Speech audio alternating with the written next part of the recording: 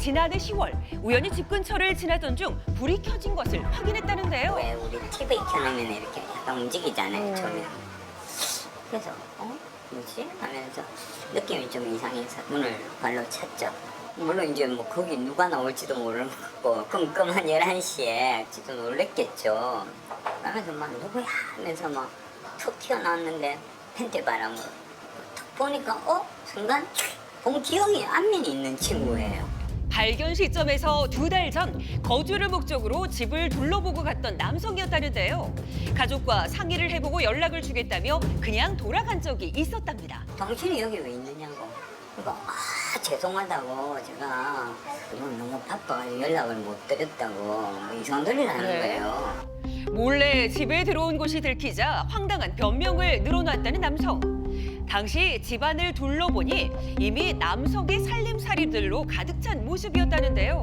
결국 집주인은 112 신고 조치를 취했습니다. 당신이 지금 불법으로 들어간 거에 대해서 지금 우리는 조사를 해야 되는 거고 이건 확인을 해야 된다니까 제가 허락 없이 들어간 거 맞고 너무 죄송하다고 잘못했다고 그래 얘기를 해요. 그러면서 이제 뭐 에서 있으라 했다는 얘기를 속서로처럼 쓰라 했다는 얘기를 처음에 해요.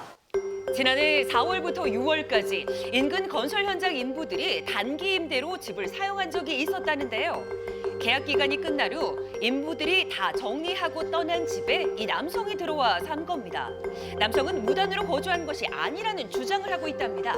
하지만 건설업체 관계자의 이야기는 달랐습니다.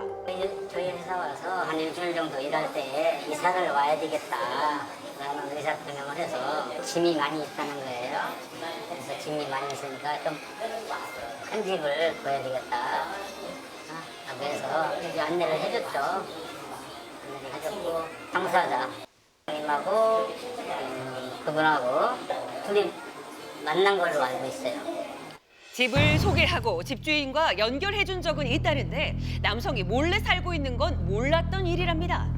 집주인은 여러 차례 나가라는 말을 했지만 그때마다 말을 바꾸며 남성이 나가지 않자 결국 현재까지 사용한 공과금 비용을 포함해서 일정 기간 거주 비용 300만 원을 받았답니다.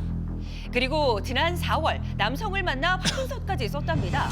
확인서에는 남성이 무단으로 거주함을 인정하고 5월 9일까지 집에서 나가겠다는 내용이 포함돼 있는데요. 네. 하지만 이후로도 집을 비우지 않고 심지어 연락도 되지 않는 상황입니다. 기분 좋은 게 아니잖아요. 안 받아요. 똑같습니다. 뭐 100번을 해도. 곧 연락을 주겠다는 문자는 보내지만 먼저 연락이 온 적은 없다는데요. 결국 무단 거주 중인 남성을 만나러 집주인과 함께 집을 찾아갔습니다.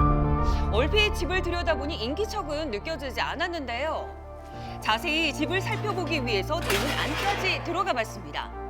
역시나 인기척은 느껴지지 않고 집주인이 어느 한 곳을 가리키는데요. 바로 불빛이 새어나왔던 방이 이 방이라고 합니다.